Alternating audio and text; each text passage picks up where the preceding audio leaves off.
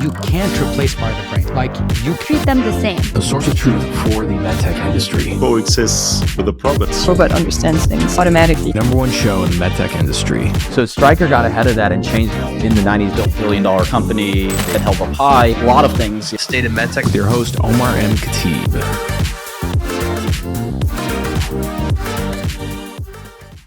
Hey everybody, welcome back to the show, and we're continuing our Autism Acceptance Month series, this time with another clinician slash entrepreneur, and that's Dr. Sharief Taraman, somebody who I've become a big fan of, mainly because how vocal he is about the current state of autism, and more importantly, things that should not be the way they are. He wrote a great piece on LinkedIn recently about things that he does not accept. I highly recommend you go check that out. But let me give you a little bit of background on him. Dr. Taraman is a dual board certified in neurology with special qualifications in child neurology from the American Board of Psychiatry and Neurology and Clinical Informatics from the American Board of Perioperative Medicine. He was the former Division Chief of Pediatric Neurology at Children's Health of Orange County and University of California, Irvine. He remains an active member of the medical staff and the Sharon Disney Lund Medical Intelligence, Information, Investigation, and Innovation Institute at CHOC. And currently, he is the CEO of Cognoa. Cognoa is this really fantastic company. They essentially innovate solutions for child developmental health. They have a breakthrough product called Canvas DX. It's the first and only FDA authorized autism diagnostic for children ages 1.5 to 6 years old that uses responsible AI, to empower doctors to quickly and accurately and fairly diagnose developmental risk without bias. Their digital solutions are child-centric and designed to find, assess, and treat developmental concerns early within the time windows that yield the optimal outcomes. They have a very proprietary whole child approach, which we talk about in the show, where essentially their approach to AI fuels their pipeline of diagnostic and therapeutic products for autism, speech and language, ADHD, child anxiety, and more. For more information, go check out cognoa.com. That's COGNOA.com. And if you're a clinician, they recently just received a Highmark approval. And so they are covered by that insurance. And the best part is that you can start using it without prior authorization, so go to cognoa.com to learn more. So in this episode, we talk about the current state of autism and so much more. And again, I've become such a big fan of clinicians like Dr. Taraman, Dr. Chetapalli, who was on last week, where essentially they've just taken a very active role in driving awareness around autism, but more importantly, how we get better about getting these children the help that they need sooner and faster. So that being said, let's get on to our episode with Dr. Sharief Taraman, CEO of Cognoa. Enjoy. Hey everybody, welcome back to the show. Another episode that's sort of highlighting Autism Acceptance Month. Last week we had Dr. Uli Chetapalli on, fantastic guest. This week we have another friend of mine, Dr. Sharief Taraman, who is a child neurologist, but also a medtech entrepreneur. He's the CEO of Cognoa. Cognoa provides early, rapid, and equitable diagnosis for autism. They're a digital health company with their product called Canvas DX. Canvas DX is the first and only FDA-authorized diagnostic solution designed for clinicians to essentially rapidly diagnose and unlock next steps for autism. So, Sharief, thanks for coming on the show. How are you doing? I'm great. Thanks, Dr. Omar. Thanks for having me. I appreciate it, man. Great topic. Something that I'm really passionate about is helping children with neurodevelopmental disorders, and specifically kids with autism and families going through the diagnostic process and treatment. Absolutely. And I got to give you some a compliment. I think it's so important these days, especially considering how much the average consumer uses social media, that thought leaders like you, clinicians specifically, are spending time on social media to post, content, educate, the public and everything. So that way they make better, more informed decisions. You recently had a great paper, an article last week that was published. You published it on the blog, but also on LinkedIn. I'll share in the show notes below about things you don't accept about autism. And can you kind of go through that list, for us, and why is it that you don't accept these things? Yeah, no, I think that this is a kind of a little bit of a controversial topic. And it's not so much about accepting autism as a diagnosis or as a neurodevelopmental or neurologic presentation. It's really about the dysfunction of our healthcare system and the dysfunctional way we try and maybe help people. And I think the biggest thing and actually a huge motivator for me to leave outpatient clinical medicine and join Cognoa, formerly as the chief medical officer, was I was seeing kids show up into my office, mostly minoritized individuals, so persons of color, kids of lower socioeconomic status, kids of immigrant parents, and lots of females who did not benefit from an early diagnosis of autism. And for me, that was not only super frustrating, but also actually exceedingly motivating to say somebody's got to do something about this, and we have to figure out a systematic, better approach to helping these individuals know what's going on. Because I think that's the other big thing is it used to be called Autism Awareness Month, and now converted into Autism Acceptance Month. But the reality is that how can you accept something if you don't even understand it or know what it is? And I think as much as we can get to autism acceptance, you have to know first. No, I completely agree. And I think that, cliche saying, but it's true that knowledge is power. One of the sections you wrote about that I really enjoyed was the isolation versus collaboration. And I thought that was really important to call out. Can you kind of sort of dive into that a little bit more? Yeah, this is a really kind of an interesting thing that happened just historically with, and I think that this is not only true of neurodevelopmental disorders, but actually a lot of the psychiatry type things that have been stigmatized. So what happened is the physician colleagues that I have, we sort of abdicated our responsibility for making neurodevelopmental evaluations over to psychologists.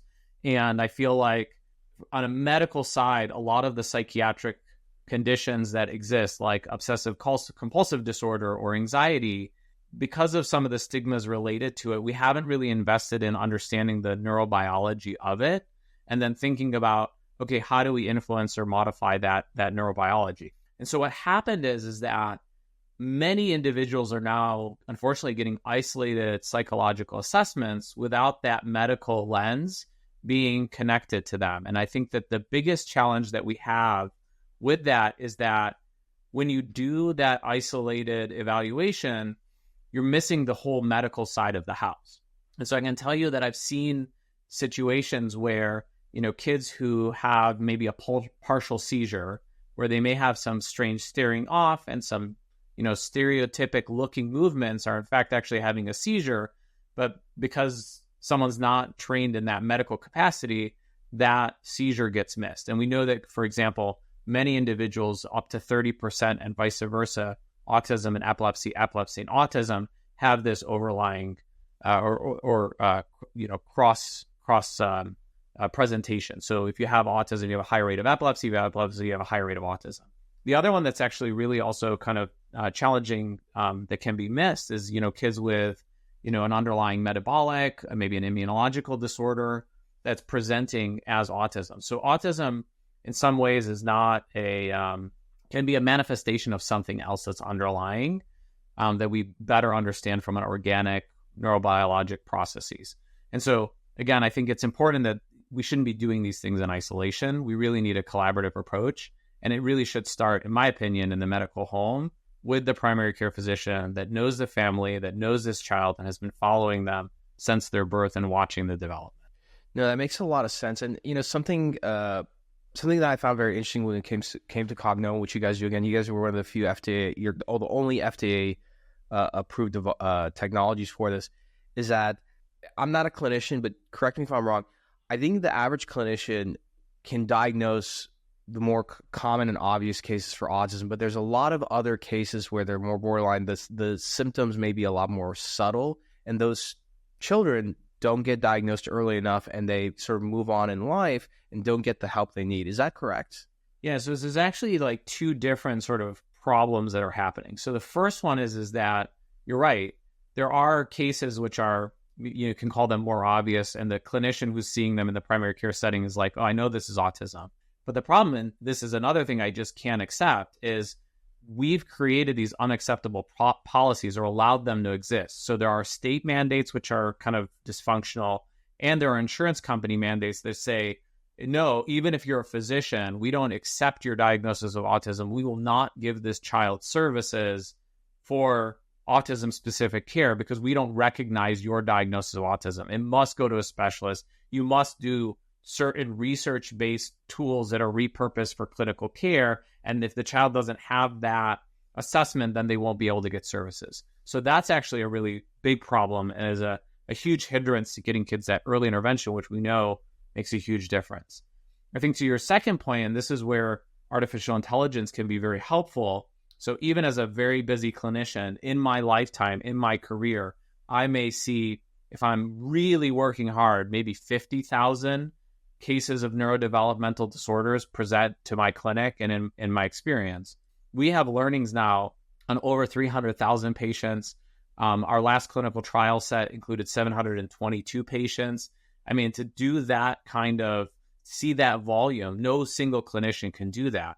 And so these more subtle presentations can be picked up by the artificial intelligence because it's looking at such a huge volume of children.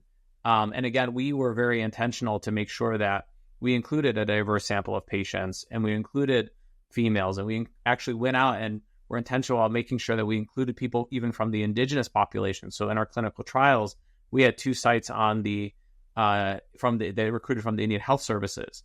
And I think all of that's important because as much as people talk about potential biases in artificial intelligence and digital health, the reality is we've got longstanding racial, ethnic, sex biases in our healthcare system. And that includes very well documented the status quo of evaluating neurodevelopmental delays. And some of that is, healthcare driven by the providers or the clinicians, but a lot of it's actually from the tools that we're using because they were not normalized and not tested and not validated and not trained up on a diverse sample like we did with Canvas DX. And that's really interesting to hear. And that's one of the things that I like about digital platforms and therapeutics is that it augments a clinician's expertise because, again, like it's really rare that as a clinician, you're going to be kind of like your own walking algorithm and see that many cases. And even in that event, you have to make sure that you're at the top of your game that day to notice like the subtle nuances that might be there that tip you off to sort of dig deeper and make that diagnosis, right? So there's like too much that's being weighted on luck versus what you're sort of advocating for is the augmentation through AI so that clinicians, there's like no way these things can get missed and they get diagnosed earlier, correct? Absolutely. And the other thing that's actually really important is, look, at the end of the day, I might have a bad day, right? The kid who's seeing me might have traveled a really long distance and be hangry, right? They're tired and angry, and they're going to present differently. And so in a single assessment, trying to capture and understand what the child has can be challenging. And this is actually why many times kids are actually seen through many, many visits. On average, parental concern to time to diagnosis, 3 years. And lots of visits with lots and lots of different clinicians. And the problem is that you've now wasted 3 years of critical neurodevelopmental window that you can't get back, right? The brain has this really neurodevelopmental critical window that, starts around, a year or 2 of age and starts closing around 4, 5, 6 years of age. And so if you're diagnosing kids at the age of 4, which is our national average, it's too late, right? And actually, as a country, we have, goals that we're trying to get these kids into early intervention before the age of 3, but we're failing as a country.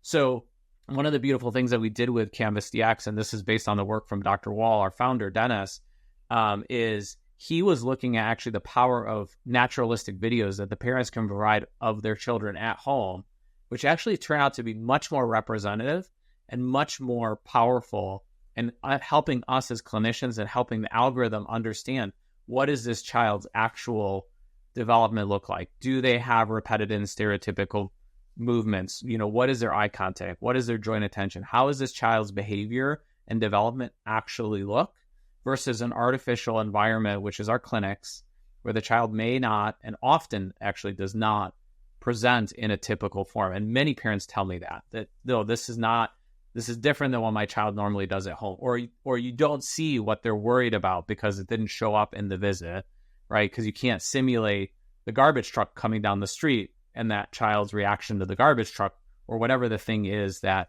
tends to be the trigger for some atypical behavior that is of concern. That makes a lot of sense. And I guess that was the thing I was trying to understand, which is the key to early diagnosis is that because of that neurodevelopmental period, that, you know, the earlier years are so critical, is to understand that if whatever neurological diagnosis your child has, that they get the correct, you know, not, I don't want to call it treatment, but educational like support, correct? But in a way, it's treatment, it's therapy, right? So like, I'll give you an example, right? If I have, go ahead. I was gonna say, I have a scenario. So like, let's just take how early can someone be diagnosed for autism? Let's just say a clinician using Canvas DX.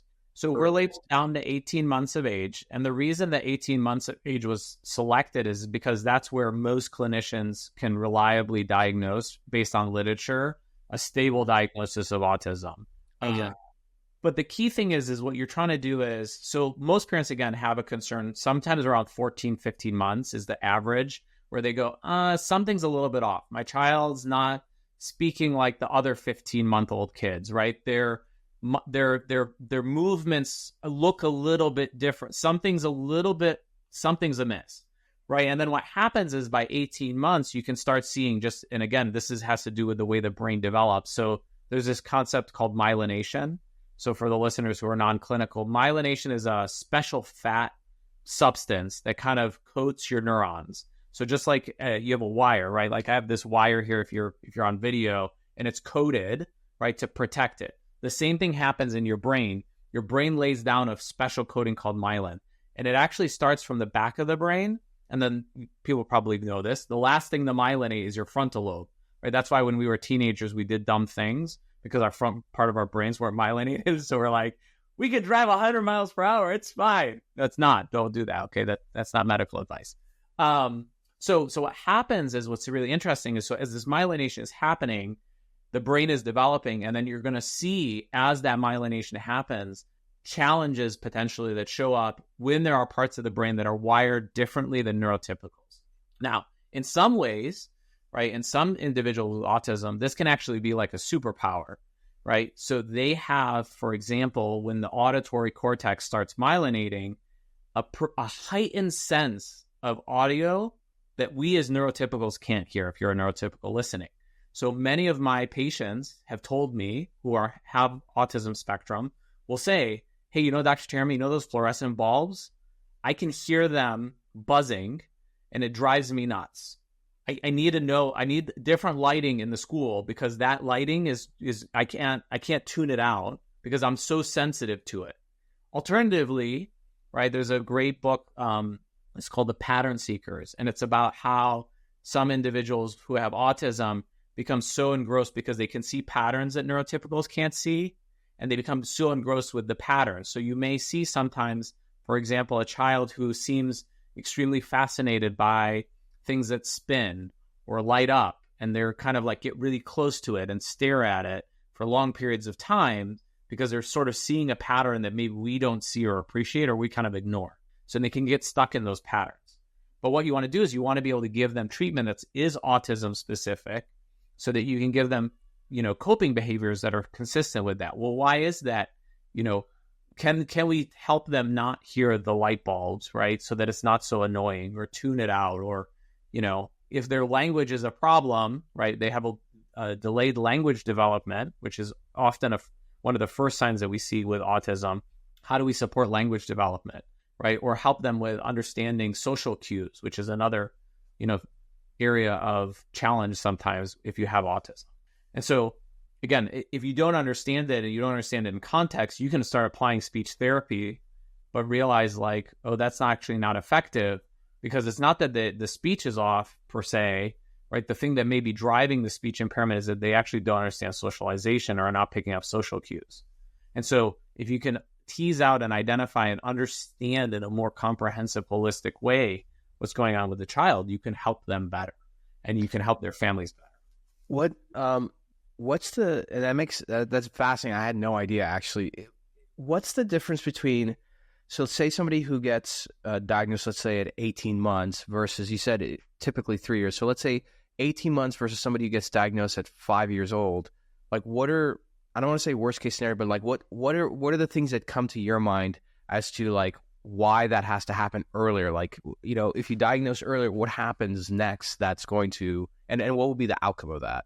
Yeah. So the reality is that what we see is the earlier the kids get diagnosed, the more likely that they actually lose, quote unquote, the diagnosis of autism. And people sometimes don't understand me when I'm talking about when I say this.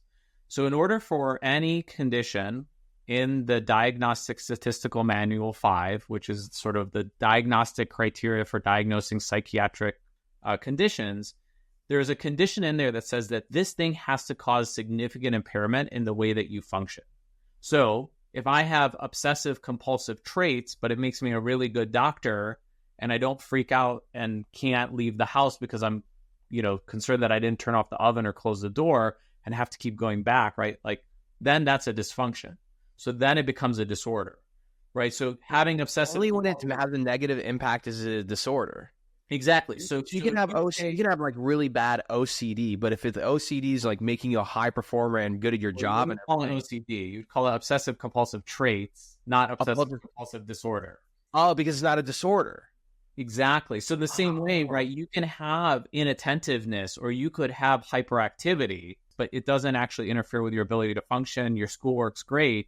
Then again, it's not considered a disorder, right? So in the same way, when these kids are diagnosed early, they get so much better. They don't have the challenges that are significantly impairing their ability to function, and then they are no longer considered autism disorder. This is this neurodivergent movement. Now, one of the things that we have to be really careful of is that is not the experience of many children with autism, though still, right? There are kids which are, I don't like the terminology, and there's a lot of kind of debate and very passionate people about how you should call certain things. So by the way, I apologize if I've offended anyone listening, if I didn't use the terminology that resonates with you. So sometimes people want to be referred to as autistic individuals. Sometimes it's individuals with autism, which is person first, nomenclature. But again, the intention, and just know that in my heart of hearts, like, I'm just trying to do the right thing for everybody. And again, I apologize if I, didn't say it in the way that resonates with you. But I think the profound autism, right, is how it's termed, are individuals who tend to have complete nonverbal. They can't communicate in a neurotypical way, and they may have very severe, even self-harming behaviors, like headbanging or hitting themselves. And for individuals with profound autism, again, you have to understand, like, what is going on, what is triggering that behavior that is so disruptive and or so challenging. And I think in this specific instance, I think this is another thing that I just can't accept. I think a lot of people write those kids off or write those individuals off. In my experience, and again, it's an N of 1, but it's decent because I've seen a lot of kids with neurodevelopmental disorders and profound autism, is that they have a lot going on inside, but they're almost trapped inside their bodies, and it's kind of sad. So I'll give you an example. There was a kid who, for a long time they are nonverbal. And I fought really, really hard to help this mom and dad get their child what we call augmentative communication device. So the child now has a platform in which they can push buttons and create sentences based on graphical images. And this kid has, although nonverbal, has very profound statements that they can generate independently without the parent with their tablet. And every time I come in, they're like, "Dr. Taraman, good to see you." And they would tell me like just amazing things on their tablet. But this was a kid that had been written off as, oh, they are nonverbal and intellectually disabled. But it was just because they didn't have the right tool to help them communicate and engage in a neurotypical world. And we were able to help that child get that. So again, I think there's a lot there that's being missed. And I think that there's so much that we can do to help identify these kids earlier, try and make it so that their experience of autism is no longer a disorder. And then for the ones where they are really having this profound manifestation of autism that is affecting their ability to function in the world, figure out ways that we can adapt the world so that they can have a better experience in that world that we live in. And that makes a lot of sense because essentially, I mean, it determines so much if you're able to diagnose earlier. If you're not able to diagnose earlier, I mean, I'm sure that it makes a lot of parents frustrated, and especially if they're, having to go to school and everything, they're not given the right tools to be successful and to be the best versions of themselves, right? And absolutely. I mean, even think about this. I like to pull examples from my own life.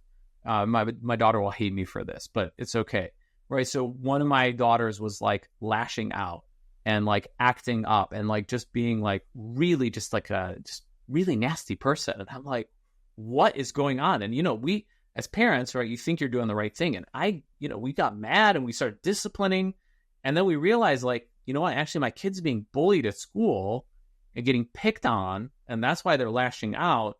And so my reaction was the wrong reaction. I shouldn't be disciplining my child. I should be trying to figure out, well, why are they acting that way, which is very different. And I think as parents, what I've seen, unfortunately, is, kids who have autism act differently. Sometimes their behavior seems, like to be something of like a spoiled child maybe, or like a child who doesn't behave, right? And I think we've probably all kind of seen this or experienced at a grocery store. We're like, oh, the kid's on the floor. What a bad parent, because the kid's throwing a tantrum. But you don't know what the child's lived experience is. They may be having something that's very sensitive, sensory, problematic for them, right? And many of these kids have sensory issues where certain temperatures, touch, sound, lights are very agitating. And you don't experience that, but I probably could simulate it for you. Like, how many times have you smelled something where you're like, oh my gosh, that's horrible? And amplify that by 100 times, and then put yourselves in that child's shoes. So as a parent, right, if I have a child with autism who's throwing a tantrum, it's not a discipline thing I need to do. I need to understand, well, maybe that's a sensory issue. How do I help that child from a sensory perspective? So I think these are all things that, as much as we want to have autism acceptance and accept people for their neurodivergence, which I think is beautiful, we also have to be very realistic. We live in a very dysfunctional system that's missing a lot of kids. It's missing kids that are the most vulnerable. So females, persons of color, low socioeconomic status. We've got mandates that are unacceptable. We've got clinicians that are unfortunately abdicating their responsibility. And we've got clinicians that are wearing waitlists as a badge of honor. And, the problem is you're part of the problem, whether we want to admit it or not. And so for me, it was, I can't be part of the problem. I have to be part of the solution. So I'm encouraging, hopefully anybody listening to the podcast, don't be afraid to pick up something innovative. Don't be afraid to challenge the status quo, because nothing's going to change if nothing changes. No, I completely agree. And yeah, I mean, this is a big issue right now. I think for a lot of specialties in America, is that there's just not enough doctors. There's not enough doctors to see the amount of patients that need to be seen. And, if a wait list is, let's just say a month or two, you and I both know for a lot of specialties, it's longer than that. Months, a year to get an autism evaluation. But let's just say it's 2 months. They're closed, Omar. They won't even see you. Forget it. You can't even get in. Not month. Call. They'll tell you, sorry, we're closed for 24. Call us in the new year, and we'll see you maybe next year. But even, I was going to say, even that, we have to take into account that the average patient, it's going to be even delayed long because, patients, they work, they have busy schedules and everything. And I think for certain things, unless you're like it's something physically painful, right? It's something easy to remember, like, oh, we'll get to it. And then that's how years and years go by, and then, the problem gets worse and worse and worse, whatever it might be. How, as it relates to, let's say, Cognoa, how does Cognoa, is Cognoa one of the things that can help solve that waitlist problem? Because it is an augmentation, right? You guys use AI, but how does Cognoa essentially help solve that problem, though? Yeah, so the product that we created called Canvas DX, again, it's it's FDA authorized, and the way that it works is when there's a developmental concern for children between 18 and 72 months, either by the parent caregiver or the doctor or clinician who sees the child, instead of having to do this, hey, go wait in a line somewhere and try and get an appointment with a developmental specialist or a pediatric neurologist or a psychologist, which is, again, if you go into just the psychology route, you're missing some of the maybe potentially medical things that are going on with the child too. And so that collaborative approach, I think, is really important. But nevertheless, so what happens is instead of having to wait in the line in a primary care setting, they can have the parent upload the videos, answer some questions, the clinician answers some questions, that instantaneously the algorithm, which was, again, trained up on hundreds of thousands of samples, can go back and say, okay, here's with a very high degree of confidence, a positive or negative diagnosis for autism. We do neuroaffirming care. So we will actually pull out the strengths for the child and say, hey, this is where the child is actually doing really, really well. We'll characterize the challenges. And then we help automate the documentation, because I don't know if people know this, but there's this whole thing called like pajama time for doctors. And that's when we're sitting down after clinic, after we've had a long day and saw 30 patients, where you're sitting down and you're writing notes on all those 30 patients. Most doctors actually spend their nights, evenings, and weekends doing what we call charting, which is not a great use of their time. So being able to do that for them, I think, is a huge win. And then on the specialty side, most specialty physicians, they're taking hours to evaluate one child. And we think that we're doing the right thing. But if we're really being honest with ourselves, for that one child that's seeing me in the clinic that I took 3 hours or 4 hours to assess, if I could have seen 4 other kids, I've just harmed 4 children who are waiting in a wait list because I didn't see them, and they're losing time that they could be getting treatment. And so, again, if we're being really honest with ourselves as clinicians, if you can get the same amount of information in a more efficient way, right, doing the old way is actually doing harm, and all of us took an oath to do no harm. So I can't accept people who are stuck in the status quo saying we're going to do these multi-hour assessments in person, and then guess what? The kid who lives out in, rural America or the desert, or in a state where there are no developmental pediatricians, like, that's not fair. I give them a tool like Canvas DX that allows you to do a remote assessment and do it in a very efficient way without sacrificing accuracy. Why wouldn't you do anything differently? No, I completely agree. Yeah, for the month for Autism Acceptance Month, what is your when you write these articles and you try and like raise awareness, of course, for it and everything, where's some of your hopes like with the general public, in terms of the education and knowledge base?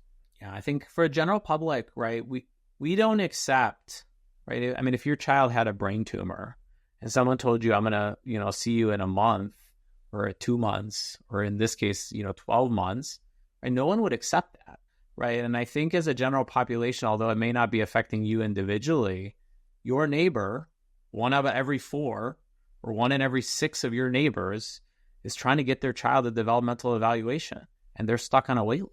And so I think we collectively need to advocate for better resources, adoption of technology, because look, the reality is there's only so many pediatric neurology and pediatric developmental medicine slots in the country. And, I invest in mentorship, and I do a lot of it.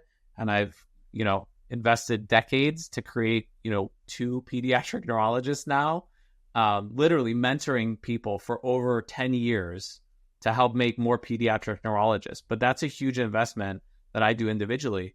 Is that really going to move the needle? And they're great pediatric neurologists that I've helped mentor and train and get them excited about pediatric neurology and kind of follow me in my footsteps. But the reality is like, again, maybe they see a couple thousand kids, right? We have to do something systematically. And so I think collectively as a society, we've got to invest in our children. And when a child has a developmental delay, if we really want to help them be as productive as they can be and have the best outcomes, we've got to demand that they get that early intervention. And there should be no barriers and no obstacles. And everything should be an easy button, because once it starts becoming hard, you're a single parent with a developmentally delayed child, your whole world gets turned upside down, right? When are you going to take time off to go and actually see the specialist? Some of these specialists are asking these parents to fill out hours of paperwork just to get an appointment. How is that fair? Oh, and by the way, it's not available in Spanish, or any other language. So we are committed. We did Spanish. We're working on other languages. And again, I think my hope is this is not about selling a product, for me. This is about how do I help in an area where I saw so much inequity and so much injustice and so much bias. And how do I figure out a systematic way, very mission driven, to help people as much as possible? And again, people are sometimes get worked up about like business models and things like that. But the reality is that this has to be sustainable, and there has to be some health economics around it. And I think we've demonstrated very, very compellingly that just in the time these kids are waiting for a diagnosis, the amount of healthcare expenditure that's happening is twice as much as the child that gets diagnosed early. Because what happens? These kids end up getting referred to, oh, go see the ophthalmologist. Maybe there's something wrong with their vision. Go see the ENT. Maybe there's something wrong with their hearing. Oh, maybe they're having seizures. Go get an EEG, right? And so there's all this stuff that's happening. And then, by the way, if you have a child who has autism, and unfortunately I've seen this, where you don't recognize it and the child doesn't recognize danger, they go run out in the street and they get hit by a car and they end up in the ICU for 6 months. And they have neurologic trauma now on top of the autism, which, I don't have great ways to reverse neurotrauma, right? Or, I've seen cases where kids have really picky eating because they have sensory issues and nobody's addressing it. And they end up with a nutritional deficiency. And I've said this before, I should never see a kid admitted for scurvy in this day and age because they had a nutritional deficiency because somebody missed it that child had autism and they weren't addressing their, nutritional needs. Like, that's just unacceptable in this day and age. And again, nobody should have to wait for an appointment to start getting treatment and therapy directed to help their child achieve the best developmental outcomes as possible. No, I couldn't have said it better myself, and I'm so happy. And this is one of the reasons why I wanted to have you on, because you sit in one of those really unique positions. Again, like, you're in a very rare specialty, being a child neurologist, but also the CEO of a digital health company that's tackling this issue. And so, just hearing your perspective on this is very refreshing and fascinating to hear. I want to remind the listeners to learn more, especially for one, Dr. Taraman's got a fantastic LinkedIn profile, so you can look him up on LinkedIn. But to go check out Cognoa at cognoa.com. That's COGNOA.com. And Sharief, as you kind of round out the interview, and again, we'll welcome you back on the show. Sort of last message and thoughts to the audience. Yeah. So I think, of course, April, I'm accepting of autism. But I think everyone needs to stand up for changing, especially these archaic policies and, ways of doing things. And, as parents, we should demand better. And as a country, we should demand and expect better. And it's disappointing that we haven't figured this out yet. But I am hopeful, and I am anticipating that, there is a new standard of care for developmental delay that's being fostered by people who are innovative and passionate about this. And I think we as a society are becoming more inclusive and accepting of people who have neurodivergence. It's fantastic. Sharief, thank you so much for coming on the show. It was just very inspiring to listen to you. To our audience, thanks again for listening. This has been another episode of the State of MedTech. Happy Autism Acceptance Month, and we'll see you all next time. Thank you for enjoying another epic episode of the State of MedTech. If you're feeling inspired and love this episode, do us a favor, hit that subscribe button and turn notifications on so you never miss an episode. And be sure to give us 5 stars and write a short review, because that helps more people discover this amazing community of ours. If you're a company who has an executive that you'd like to be on the show, or perhaps you want to sponsor one of the episodes, shoot us an email at hello@khateebandco.com. Take care, and we'll see you next time.